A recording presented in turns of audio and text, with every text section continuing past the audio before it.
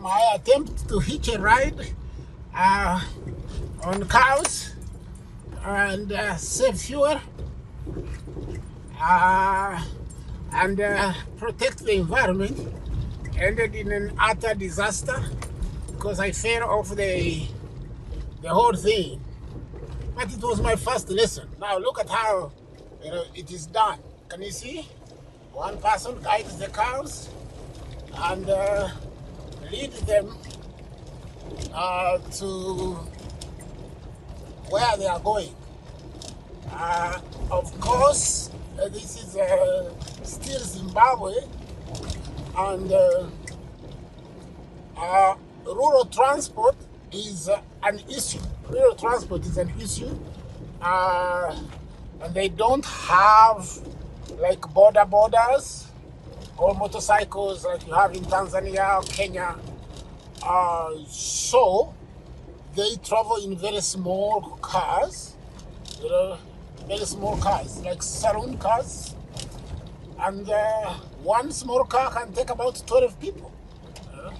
But you can wait on the side of the road for 2 hours.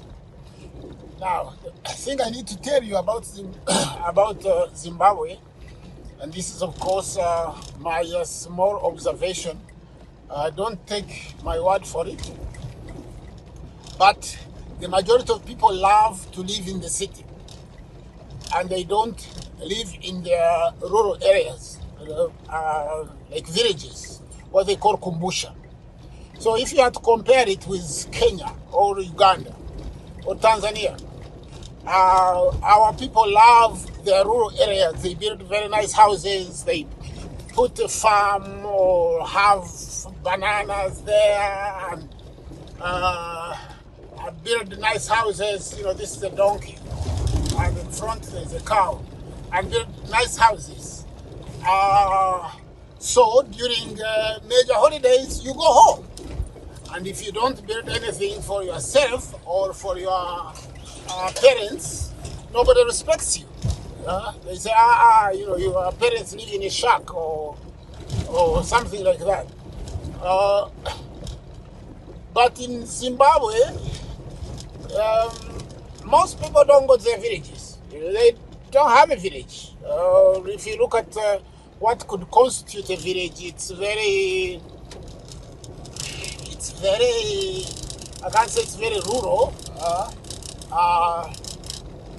No, right here, if you can see, is a very big maize field, which the Africans have mastered.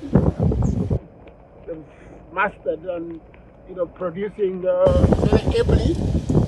Well, sorry, there is a bush, so you might not be able to see the maize field, but it's quite substantial field. Stretches acres and acres, and they're also irrigating because it's a dry season, if you could see. But to come back to the point I was making, that during big days like Christmas, most people will come from the village to the city, and I think that is one of the main problems that the authorities or those who take decisions will have to address, because as long as people are not investing in their villages, the country cannot develop. You can develop very beautiful cities, and Zimbabwe has got very, very, very beautiful cities. They are very well planned, the roads are well laid out, very clean. It's quite astonishing. But the rural areas, no. Tanzania, Uganda, Kenya, you have got a lot to teach Zimbabwe. A lot to teach Zimbabwe. If you are to look at a kumbusha would look like that. No, this is now a trading center. That, what you see there is like a trading center. So there will be some places where people can come and buy things. But now you can't compare it with, this would be our Ishaka Rwashamire. This would be our, not Mubende, but this would be our Chenda.